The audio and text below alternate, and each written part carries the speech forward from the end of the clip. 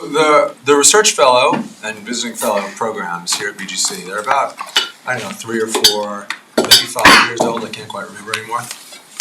And they were designed to kind of create the opportunity for us to have an extended conversation with scholars from other places, other fields, relevant questions, relevant methods, however distant they might seem. And they brought, as you can see from the Fellows Talk section of the research forum, all sorts of interesting people who've come in and not only enlivened our time, but very often have made connections amongst themselves that have perdured after leaving the institution. But the main thing is it brings into our midst really great scholars, and we're with another one today. Daniel Usner, who's the Holland McTeer Professor of History at Vanderbilt, is an extraordinarily well-published scholar of the Native American experience and the relationship between the history of Native Americans and the social economic history of the United States. He's published 5 or 6 books. Just this is all on our website. I don't have to read them to you. From Indian settlers and slaves in a frontier exchange economy in 1992, it was published by the University of North Carolina Press, all the way to, unless you've published since then, in 2018, American Indians in early New Orleans, from Calumet to Raquette. He taught Cornell for 20 years. He's been at Vanderbilt since 2002. He was the president of the American Society for Ethnohistory in 2011, and he is here at work on another project, the title's up there, which really connects much of the historical work that he's done with questions that are pertinent to American social, economic, and design history of the 20th century. And so it'll be really fun to see what has emerged in this kind of collision of interests and fields. So, Daniel Usner, the floor is yours. Thank you, Peter. I want to thank the BGC for providing me with this opportunity to learn from the likes of you, because I'm very much, that publication record means nothing at this moment, because I'm a newcomer, really an outsider to what most of you do. That's why I'm thrilled and thankful for being here. I started out that Frontier Exchange book was a lot about the movement of material objects, but I have to confess to being indifferent towards the materiality. I was mostly looking at the movement of goods to understand the social and economic interactions among Africans, Native Americans, and Europeans, and this was in the lower Mississippi Valley for the 18th century. So my evolution has been very slow, but steady, from 18th century exchange relations to early 20th century objects. In fact, I've become obsessed with the particular objects like the one you see on this title page, baskets. So I want to begin, and I'm looking forward to feedback. I've already learned a lot in conversations with some of you. And Aaron's exhibit is down the street, has been, I just told him, inspirational for me. But I want to start actually 6 blocks south of here, Central Park West. There's a place called the American Museum of Natural History. And I want to take you there on a December day in 1901. Nellie Doubleday was visiting the American Museum of Natural History. But it was not a rare occasion for someone with her particular interest and influence. Married to publisher Frank Doubleday and herself an author of books on flowers, birds, and gardens, Doubleday was spearheading the Women's National Indian Association and the Indian Industry League, through them a vigorous philanthropic campaign to promote American Indian craftsmanship. Possessing an especially passionate interest in baskets, of all things, she had recently facilitated George Foster Peabody's donation of over 400 Pacific Coast Indian baskets to the New York Museum. There are possibilities in all the Indians' industries. Doubleday had recently written in Hampton Institute's Southern Workman. But unrivaled basketry promised to become the great staple, a joyous source of self-support, which also spells self-respect physical and mental well-being. Nellie Doubleday first saw river cane baskets woven by Louisiana Chitimacha women several years earlier when she was visiting the Women's Exchange, the Christian Women's Exchange in New Orleans, with her host and well-known local writer, Grace King. It was about the same time as Doubleday was visiting New Orleans, Grace King had published one of her many books. This is a history of New Orleans. And here you see an illustration. This is a detail of a drawing atop the title page of one of her chapters, actually her chapter on American Indians in colonial Louisiana. Now, as Doubleday later told Mary McElhaney Bradford, daughter of the man who started the Tabasco hot sauce company on Avery Island, some baskets that she purchased in the Crescent City have been a delight to the eye and to the envy, not only of friends, but of ethnologists connected with our large museums.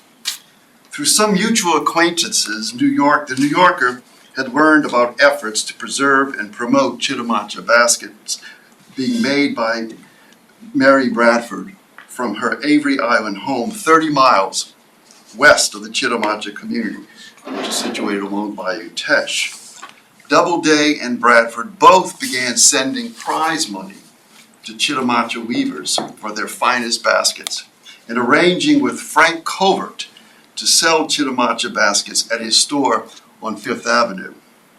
On this particular tour, though, through the American Museum of Natural History, Doubleday was asking none other than Franz Boas and Frederick Putnam, acting as her personal guides, about the whereabouts of 10 Chitimacha baskets that Mary Bradford's aunt, Sarah Avery Leeds, had donated back in 1883.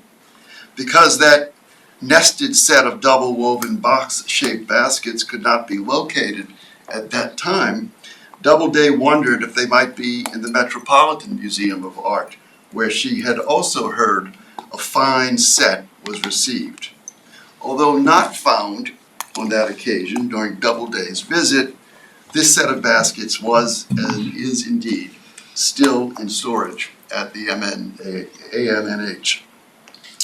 Now, back at Indian Bend on Bayou Teche in South Louisiana during the winter of 1901-02, Chitimacha women and girls were busily weaving baskets to meet all of the heightened new interest in their craft. This work required traveling to canebrakes of Arundinaria gigantea, or Piu in the Chitimacha language, to select and cut these tall canes, some of them 30 feet high, only at the joints, showing the thumbprints of the holy woman who had first taught the Chitimachas how to weave baskets. The sections were then carried back home, split and peeled into narrow splints.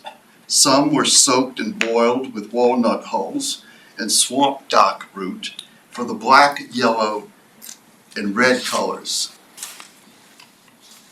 Here are just a few examples. Dyed and undyed strips were finally platted into mats, trays, bowls, and boxes of varying sizes with more than 16 different patterns. Those Chitimacha weavers' community, however, in that winter of 1901-02, was confronting a barrage of severe hardships and even dangers.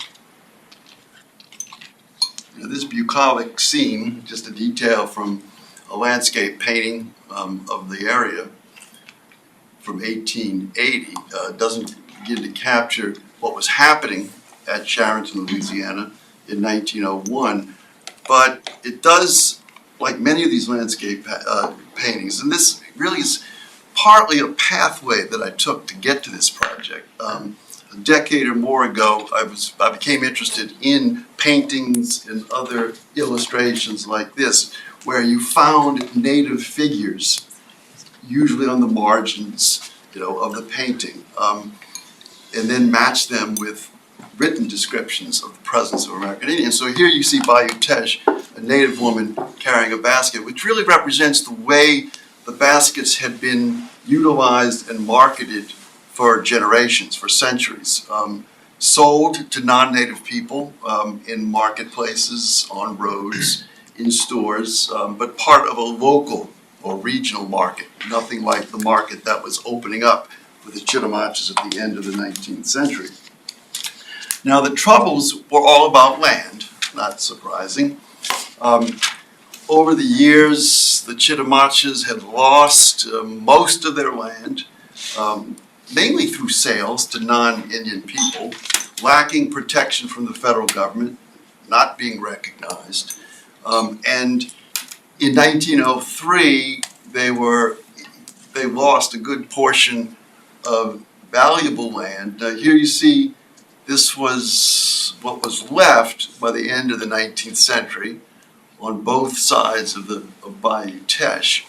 But by the time my story begins, they were left with only this portion, which is pretty much what the reservation is today. In this map, you can see that it situates the reservation west of New Orleans along Bayou Teche. Now, months before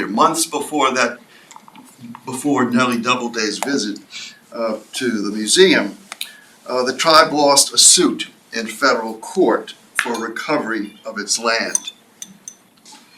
Beginning in 1896, they filed suit in federal court to try to recover lands that had been sold as early as the antebellum period.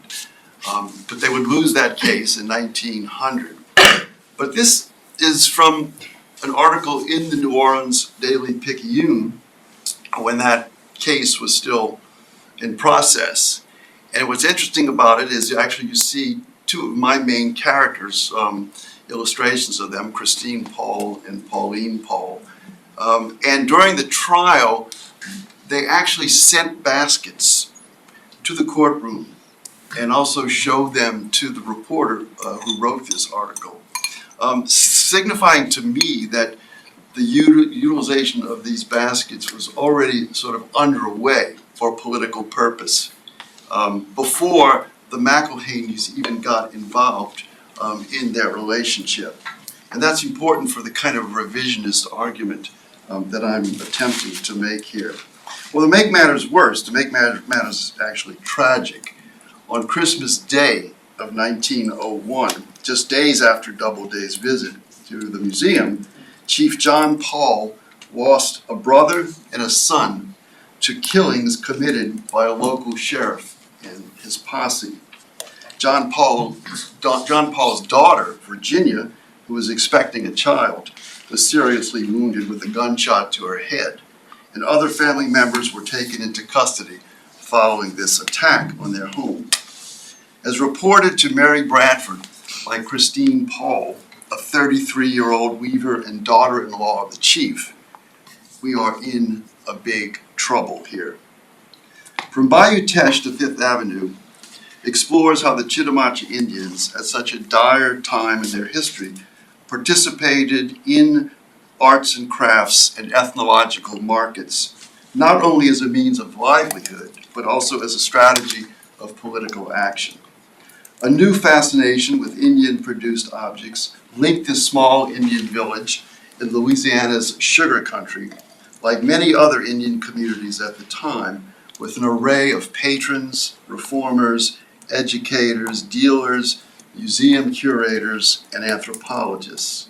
And although the arts and crafts movement would wane in value for most Indian people by the 1920s, the Chitimaches successfully turned aesthetic interest in Indian things to diplomatic advantage, developing an extensive network of allies and acquiring recognition from the federal government.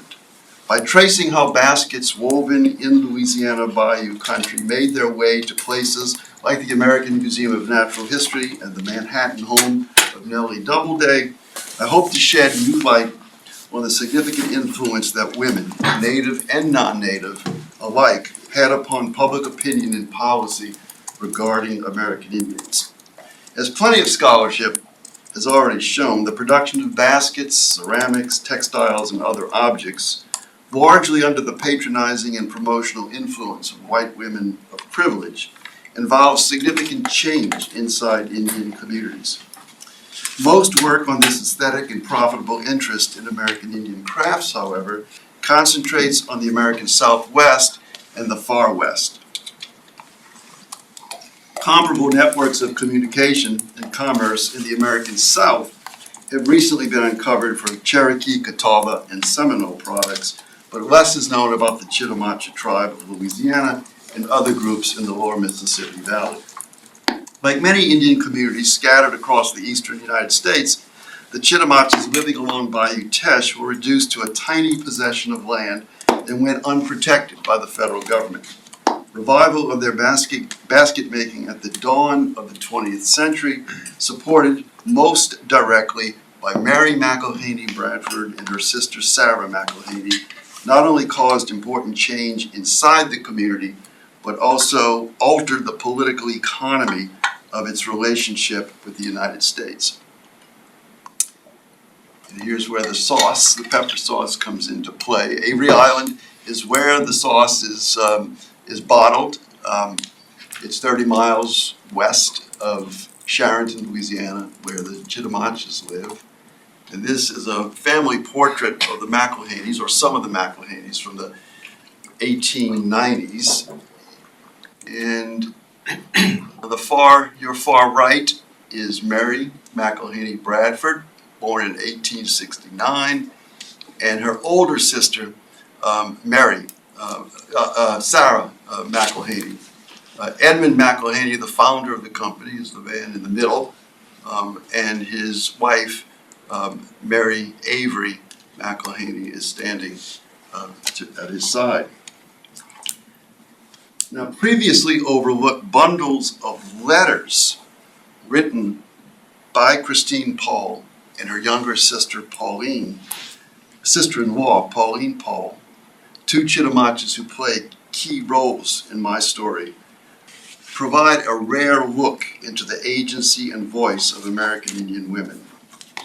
We know with certainty that the dominant society's embrace of American Indian cultural objects catered primarily to its own cultural desires and tastes. My work attempts to prove, however, that putting the circulation of Indian goods to work out of self-interest was not the exclusive practice of non-Indian buyers and collectors. Like most Indian arts and crafts a century ago, a Chitimacha basket sitting atop some cabinet in a city home or behind glass in a natural history museum was supposed to be a visually pleasing or scientifically informative representation of people remote in time and place. Woven from river cane and decorated with symbolic patterns colored with natural dyes, this object reminded observers supposedly of an authentic but vanishing culture that once lived in harmony with the natural world. But almost completely hidden by this interpretation was the woman who spent countless hours and applied deep thought and skill into making that basket. And this is a photograph of Christine Paul around 1903, taken by Mary Bradford. The beholder the beholder of that basket atop a cabinet knew little about what the weaver's community was really like, or about what it was undergoing at the moment of the object's production. But behind the circulation of Chitimacha basketry, from Bayou Teche to places like Boston, New York, Philadelphia, and Chicago, there was plenty needing to be told. And though thousands of baskets woven over a short span, and through thousands of baskets woven over a short span of time, an industrious group of Chitimacha women tried to convey as much as possible about the actual condition of their lives. Although few of their patrons and allies realized it quite this way, they were weaving into their artistry an effort to protect and save their community in face of escalating economic, racial, and environmental attack from their neighbors.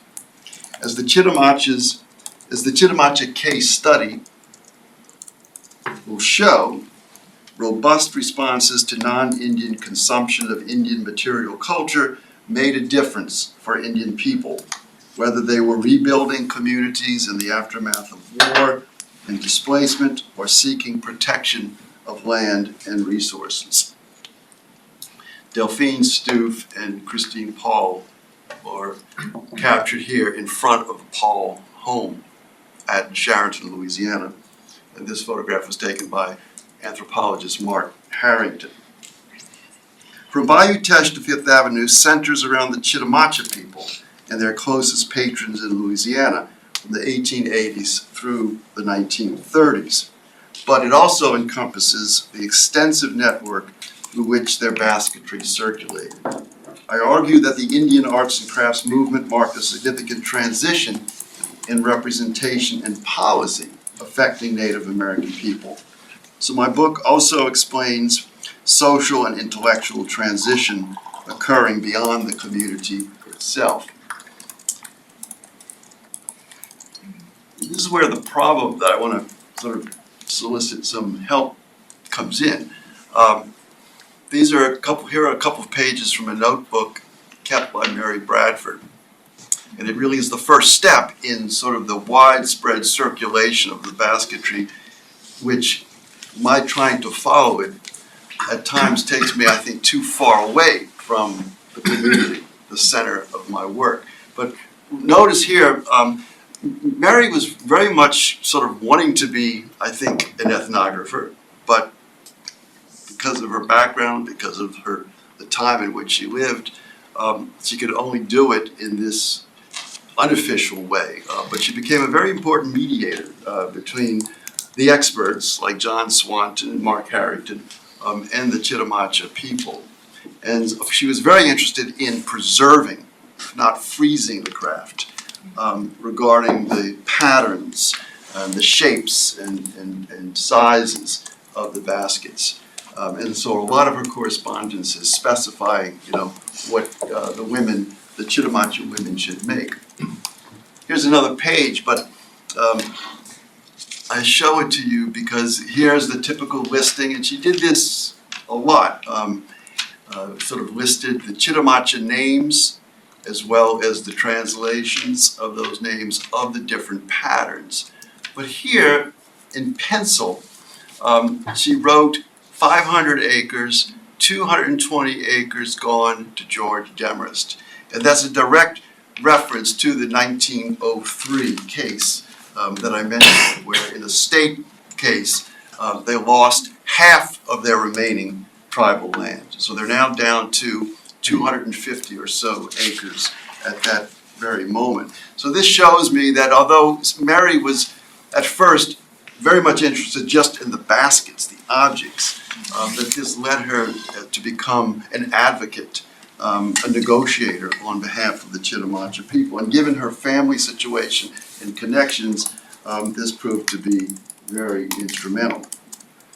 Now, by episodically tracking particular sets of Chitimacha baskets as they moved from where they were produced to where they were bought, sold, and displayed, I connect the Chitimacha story with those wider changes.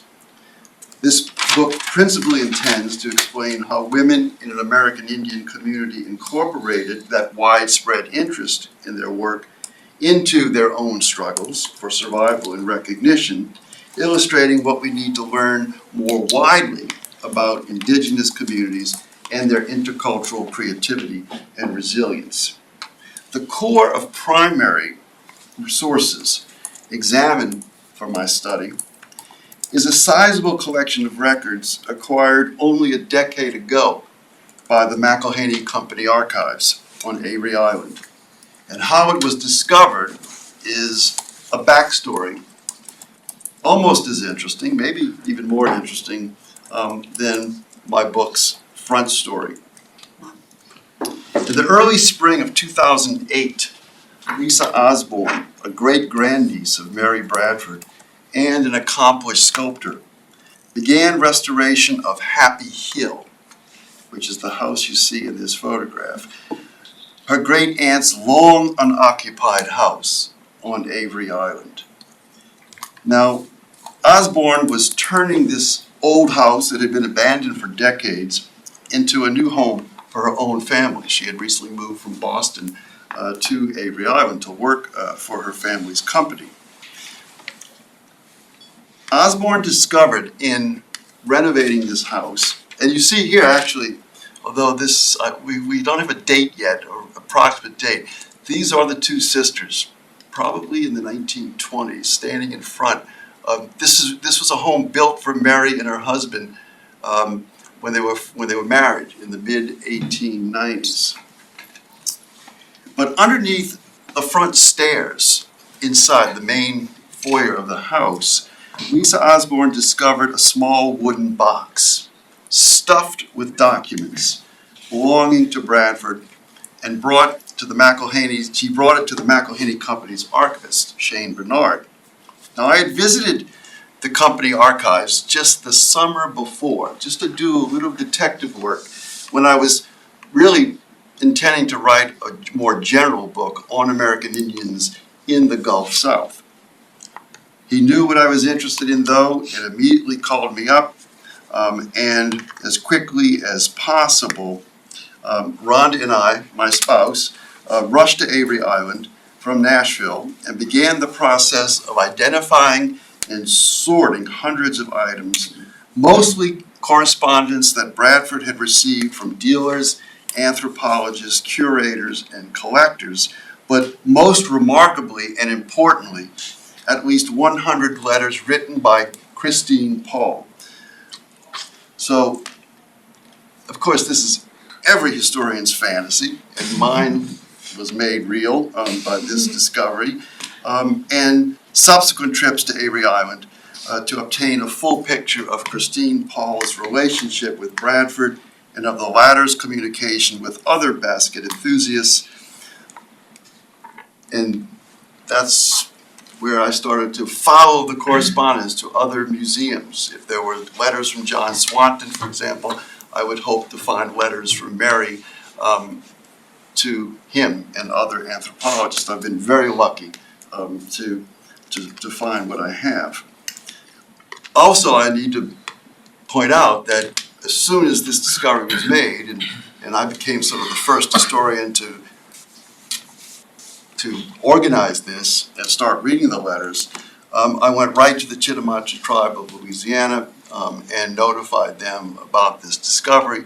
And that's been one of the great joys and privileges of this project, is to work between the tribe and the company to make sure they have access to these documents. This cache of material provided me with a rare look, obviously, into the intricate network of interactions supporting the production, distribution, consumption, collection, and exhibition of Chitimacha baskets. Comparable material for the Chitimacha's relationship with Carolyn Dorman, a later patron of their basketry, had already been found in Dorman's papers up at Northwestern State University of Louisiana in Natchitoches. So together with Indian Affairs records in the National Archives, all of this provided me with additional documentation of the Chitimacha community's interaction with non-Indian neighbors, ethnographers, and government authorities.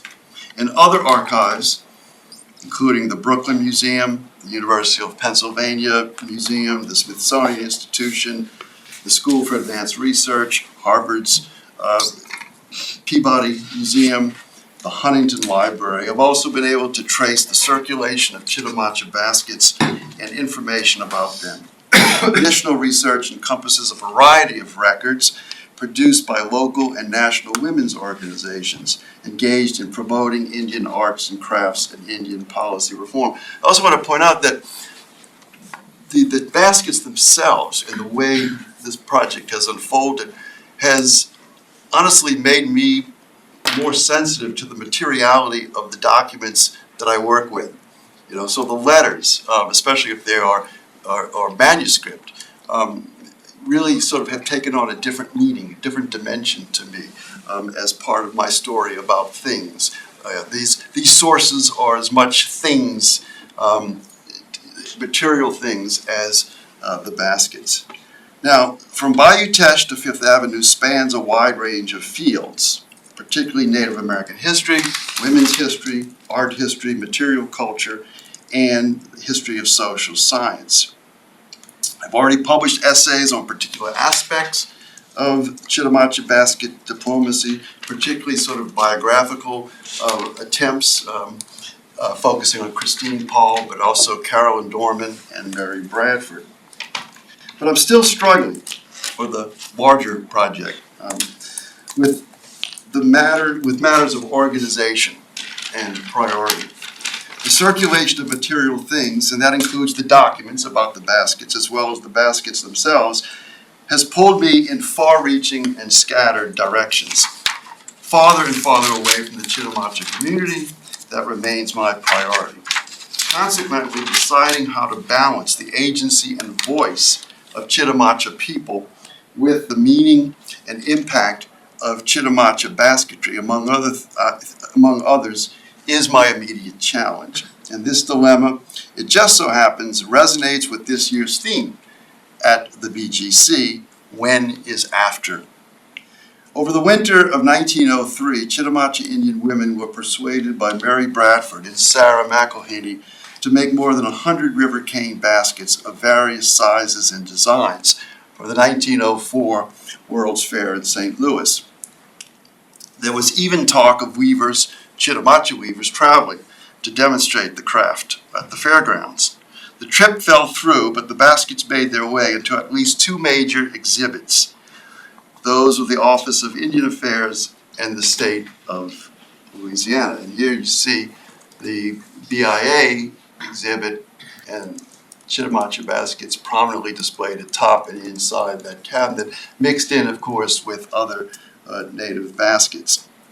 Now, the McElhaney sisters had promised the Chitimachas to find buyers for all of those baskets, but this proved more challenging than anticipated.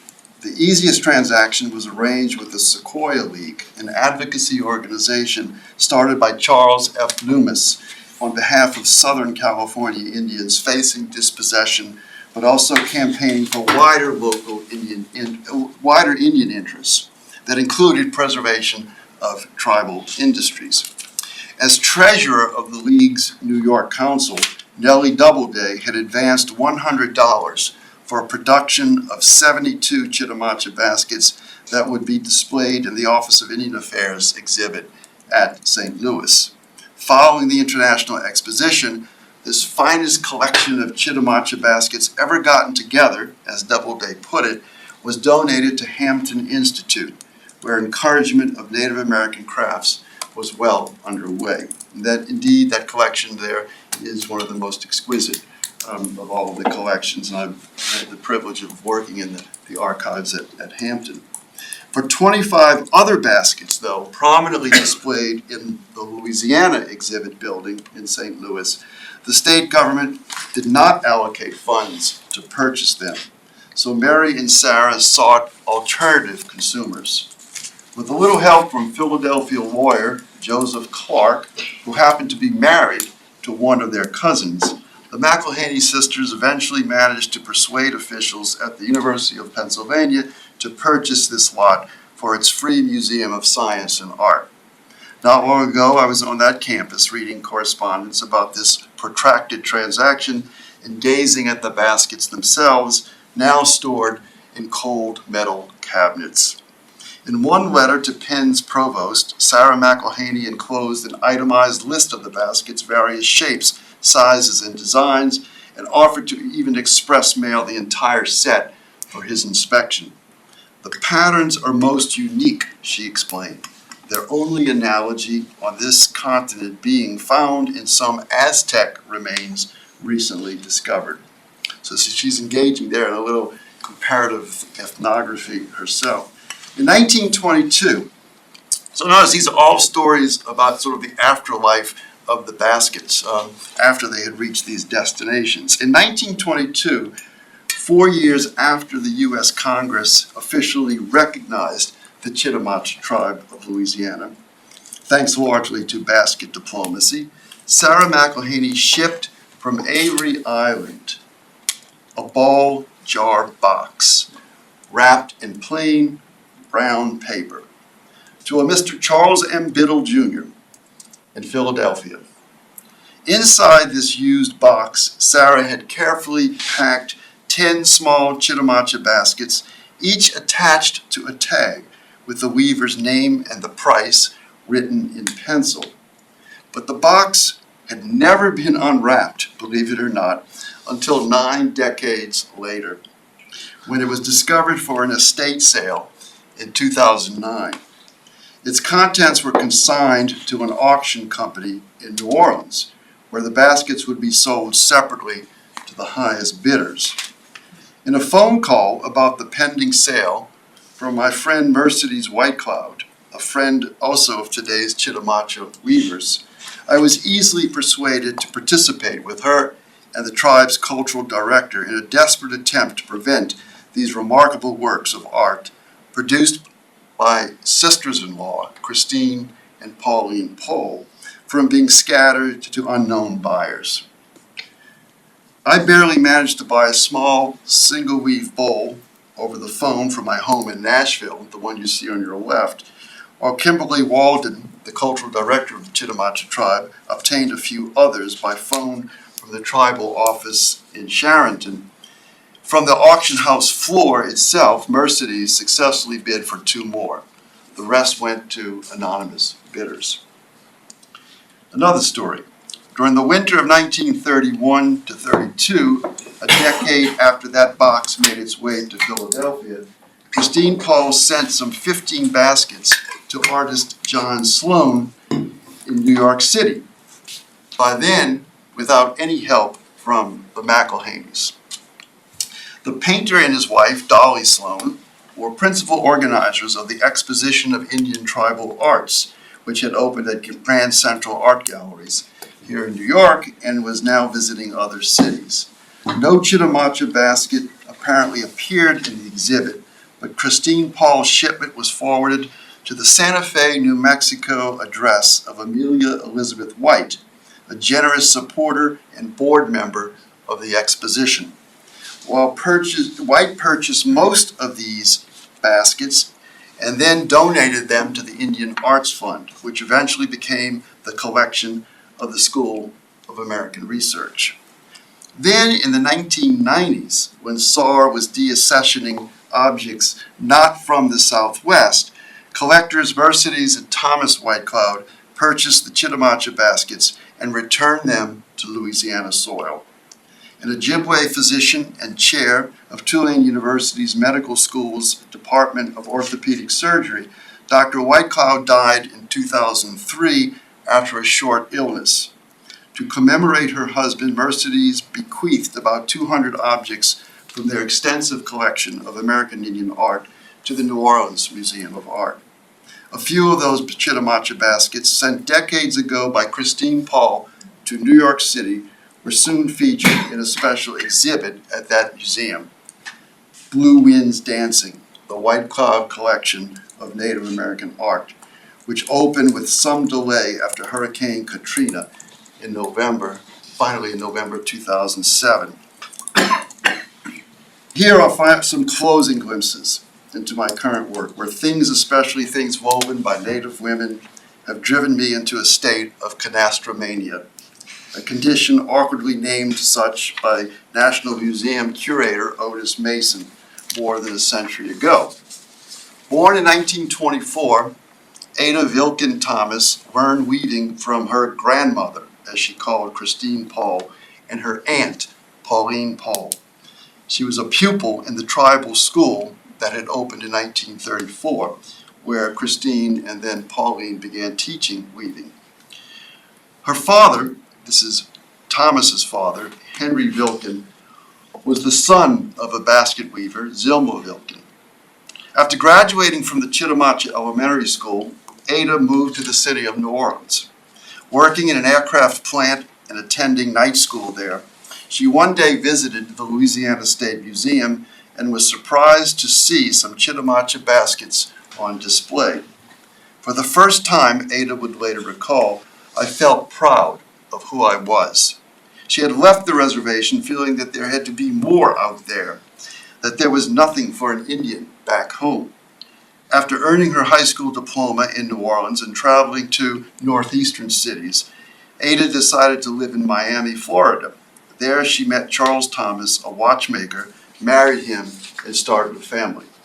But when her husband passed away, Ada Thomas moved back to the Chitimacha Reservation with her 3 sons in 1970 and soon began weaving for income, for her personal income. Becoming one of only a few master weavers, she made baskets that are now owned by private collectors across the country or exhibited in such museums as the Metropolitan Museum of Art in New York, the Museum of International Folk Art in Santa Fe, and the Smithsonian. The Indian Arts and Crafts Board awarded her a craftsman grant of $5,000, which resulted in the development of a special collection of baskets at the Department of the Interior. In 1983, the National Endowment for the Arts honored Thomas as National Heritage Fellow. Her son Raymond Thomas, during those years, was learning to become a weaver, and he is among the 4 members of the tribe today who still weave baskets. In 2016, nearly a quarter century after Ada Thomas passed away, the Secretary of Interior invited the Chitimacha tribe of Louisiana to send 2 children to First Lady Michelle Obama's Let's Move event at the White House. Cultural Director Kimberly Walden escorted 5th graders Allie Burgess and Katie Parrow to Washington. The school that Allie and Katie attended was much larger and improved than the 2-room schoolhouse where Ada Vilken Thomas had studied decades earlier. These Chitimacha children and their chaperone met both the President and the First Lady, participated in harvesting the White House garden and making vegetable pizza, and visited several museums, monuments, and memorials in the capital city. They were also treated to a private tour of the Smithsonian Institution's collection of Chitimacha objects, tools, weapons, clothing, but mostly baskets. The following year, a delegation from Ile de Jean Charles, the Biloxi Chitimacha Choctaw community, now undergoing relocation from the Louisiana coast as climate change refugees, spent time at the Smithsonian to examine that museum's stored collection of Chitimacha baskets.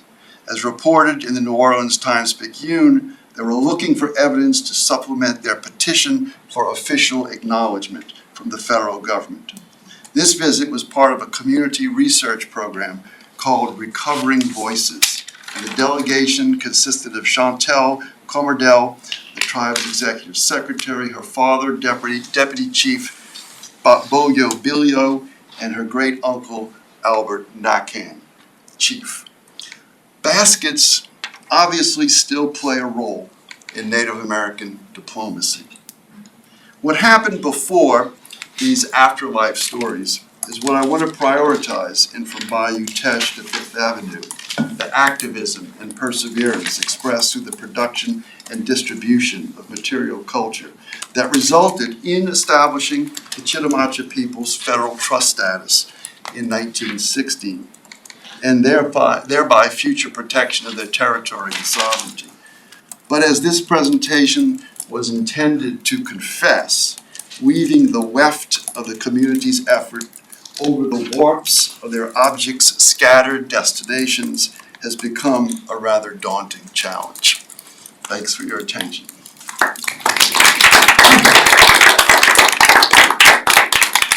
Thank you very much. Floor is now open for questions. I have a whole bunch of questions, so I won't monopolize the next 15 minutes of everybody else's time.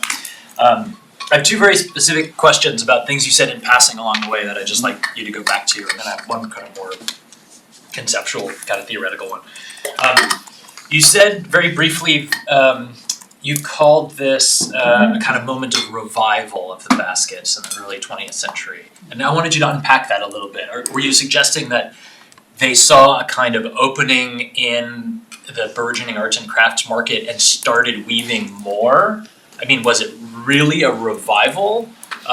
Or was it just a kind of taking advantage of this moment to sort of market the stuff in a new Yeah. way. So that's my Yeah, first I'm glad question. you asked that question, because this I can elaborate now on sort of how I perceive my work as revisionist, because the story, the prevailing story, perpetuated by the Chittimachas as much as the McElhaney family over the years, before I entered this story, was that there was one weaver left, and it's the trope that you might be familiar with. The one tribal member, usually an old woman, toothless, who's the only one knowing the craft, and the younger women and the girls are not learning it.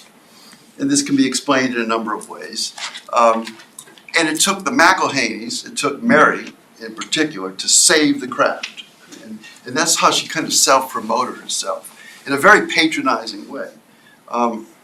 But I have found evidence that the craft, while the local market had diminished because usage of the objects, was replaced, they were replaced by other utility objects in the kitchen and elsewhere. It had been waning, the market had been waning. But I think there was still a significant number of weavers left in the community by the 1890s to then take advantage of the new market. The aesthetic as well as the ethnographic interest in their baskets. A number of things are converging at that point. Finally, for better or worse, anthropologists are taking an interest in deep South Indian communities, sort of discovering them once again. So that's contributing to this new interest in the material culture. And of course, they're trying to capture what's left with the understanding that they were vanishing people, the salvage anthropology. But yeah, I think it really was the arts and crafts market, the fact that stores like Covert's here in New York and across the United States were able to sell Indian things to people who were decorating their homes with them, is what contributed to the revitalization of the craft, which I have to say was relatively brief. At the peak of this heyday that I'm writing about, 15 to 20 girls and women were weaving. And it's amazing to think within 3 years that Mary kept a record. You can actually see it here. You see this is the top of several pages where Mary was recording every transaction. The baskets sent to her, and she would send them away to be sold. Within 3 years, these 15 people produced 2,000 baskets. Now their income from that was $1,800 total. You saw the prices on those tags from 1922, still very, very low. But this still was a significant input for the community. But I also see in Christine's letters and other evidence a strong awareness of how this interest could politically benefit the tribe. In fact, one of my favorite documents is a letter from Stoof to Harrington. At the time, in 1912, they're about to lose the couple of hundred acres left. I don't want to go into that part of the story. But Delphine Stoof wrote to Mark Harrington saying that we are in things now, or coming to the end of the tribe. We're about to lose this land because the land was going to be sold at a public auction to pay off a debt to attorneys, by the way, who were supposedly helping them. So I have told you that story. She writes, they're saying we're not Indian, but we're Indian because you came here and bought our stuff, the stuff that my parents made. So please help us, Mr. Harrington. So that kind of evidence indicates that, yes, that it was the arts and crafts market that opened up this opportunity. That's a nice segue to my second question, which had to do, you also said briefly that, that they were sort of using this as a opportunity, circulating the baskets as a way to make this kind of political claims. And then you said even if they weren't recognized as such, and I wanted you to elaborate on that too a little bit in this sort of, so on the one hand, you're telling a story about native production and non-native patronage and consumption, and those sort of two agencies that you're trying to balance. So how were those, can you talk, this is a small question which you could probably answer the whole book, but about how those political messages went out in the world and were received or not received. And in a way I'm kind of channeling the work of people like Fred Myers, who have written on Australian Aboriginal painting later in the 20th century, but the way in which the paintings were sent out into the world is kind of political statements in the hope of gaining kind of political recognition, and the slippages that happen in that circulation where the paintings circulate and the message doesn't. And there's an older history you might be interested in Australia of Aboriginal people submitting bark paintings to the court as part of land claims. So I was really interested in that case. Could you talk briefly about that, about some moments in which the political claim was explicit and either heard or not heard?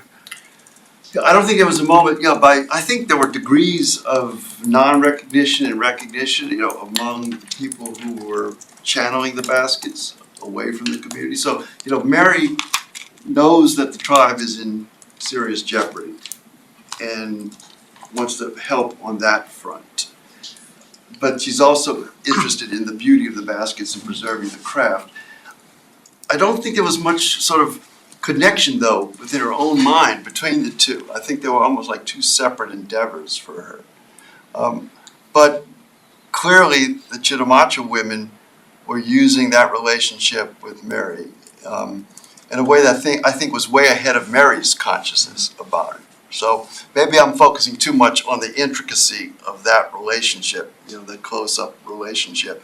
But I think in the end, the relationships that Mary and Sarah established with collectors did have a direct political consequence that the Chitimachas anticipated or hoped for all along. Because what happens is that anthropologists, even the Society of American Indians gets involved in this mobilization of different organizations. The Indian Rights Association was all due to familiarity with their baskets. It's going to be the way that doors were opened. And it resulted eventually in the way their land is saved is after scattered efforts by Mary and Sarah and their allies to get some organization to put up the money they needed to save their land. Sarah herself, Sarah McElhaney, who never married, wrote a check for $1,200 and something, which was carried on the day the auction was supposed to happen by a federal attorney from New Orleans to Franklin, Louisiana. And so Mary bought the land, and then 2 years later, in 1916, the United States Congress allocated the money to pay Mary back for that land, and that's how the land becomes federal trust land. So that's very political, a very political process there that I think was explained for a long time or misrepresented as sort of Mary saving the land out of her own pocket. And when I heard the story, until I started doing the research, the compensation by the United States Congress was not mentioned, or it was incidental. But that's what made the difference for the sovereignty and territorial future of the Chitimacha tribe. As John Darden, one of the current basket weavers and who was recently chairman of the tribe, has said again and again, without the baskets, we would have no reservation. and the reservation, of course, means a great deal to them.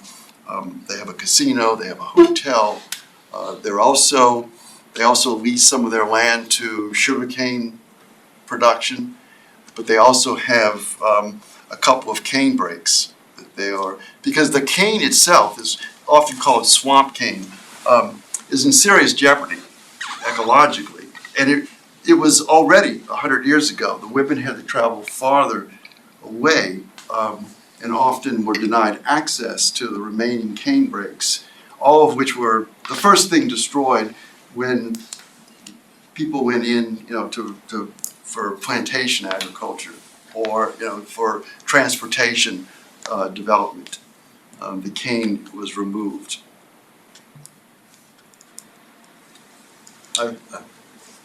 Thanks very much for this. It's really interesting to see a whole lot of new work that you're doing on this area. As you know, I've done a little bit of work in this field, coming at it from the point of view. My starting point was the collection of Chitimaca baskets in the Peabody Museum, and I'm wondering about the ascription of names and of iconography, as well. You mentioned in passing the iconography of the baskets, of the patterns, and I'm wondering if you had any further thoughts on that. As you know, you showed some of the recordings of these names and translations, and similar names and translations are sewn into the lids of the baskets at the Peabody Museum, done by Mary Bradford, as I understand it. And I wonder if you had any thoughts about this question of iconography. And the second thing I just wanted to raise was, I wondered, my impression now is that there is a little bit of tension within the Chitimaca community about the past, and particularly between members of the Paul family and the Dowdown family. And I wonder if you had any observations about that. First, on the iconography, just so that others get a taste of the names, which my answer is, I am perplexed, by the names as applied to the designs. I mean, it's everything from alligator entrails, bear's earring, broken tracks, cow's eye, fishbone, snake, and then same thing over again, something around. In other words, there's no sort of pattern to the names of the patterns. I don't know what to make of that. I welcome any advice because I'm baffled by that.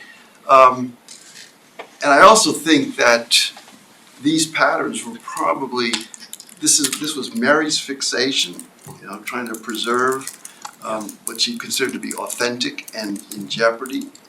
And I sense these patterns were innovations, all along in the 19th century that maybe even took off because of the interest in the baskets. The patterns themselves or those names? I think both, because there are no stories about the origins of the names and of the patterns. There are stories about the origin of basket weaving. Oh, yeah. But no one's ever talked about names or that hasn't been recorded. Most important, though, I think, about this is the way the baskets, the Chitimacha language, basically, it was the last speakers passed away in the 1930s. But Morris Swadesh, an anthropologist, newly minted PhD from Yale, did his linguistic work at Chitimacha and recorded stories and conversations. And recently the Chitimachas have managed to develop a program to teach the language in their school from that work, which has been in the American Philosophical Society. They went to Rosetta Stone and it financed this project. But in the meantime, between the 1930s and today, the language has only been preserved, has only been known in association with the baskets. Because the names, we had the Chitimacha names for those baskets, translated to things like, alligator entrails. And so one could argue that the basketry has helped sort of maintain a little bit of the language during that interim before the effort to recover the language. Now, about the politics of the tribe, I try to stay out of that, but I sensed it immediately. In fact, it stood in my way for a while. A backstory to this is an exhibit that I guest curated at the Historic New Orleans Collection on Royal Street in the French Quarter of New Orleans. I had this crazy idea of proposing an exhibit that would feature images of American Indians in the New Orleans area over the 19th century. They went for it. And material objects were loaned by Mercedes Whitecloud for that exhibit. That's how I first met her. And it was Mercedes who really put the seeds of this project, planted them in my head. Because she knew about documents that one family possessed that she thought I would be very interested in. And it was about the baskets, partly about the baskets. And yet, as I tried to formally pursue this process, I found myself, confronted by everything from avoidance, to genuine fear, that the documents would be lost. And this is the first sign that there was some difference. Eventually, the documents copies of them were put in the McElhenney archives, and that's what I looked at when I first went, the summer before the box was discovered. So I think I know the origins of this. It's back to that 1903 case, Demarest. There were families that were claiming Chitimacha identity, that were trying to get their hands individually on half of the tribal land, and that was a rift, that I think still has consequence among the Chitimacha today. A lot of it involves race. I mean, we're looking at the Jim Crow South here, and this is also one thing that I've found in my research is the way the Chitimachas, from a long span of fluidity and free interaction with their non-native neighbors, including marriage, had to begin to sort of erase that from their own history in order to emphasize their Indianness, and so I think that also contributed to division and strife within the community itself. It's my melancholy task as the occupant of the chair to interrupt this really good conversation, at least formally. Those of you who need to go somewhere like class are free to go. Oh, I forgot about that. And those who want to hear more of this micro and macro history can stay and keep talking to Dan. But what all of us can do is thank you for a really spellbinding presentation.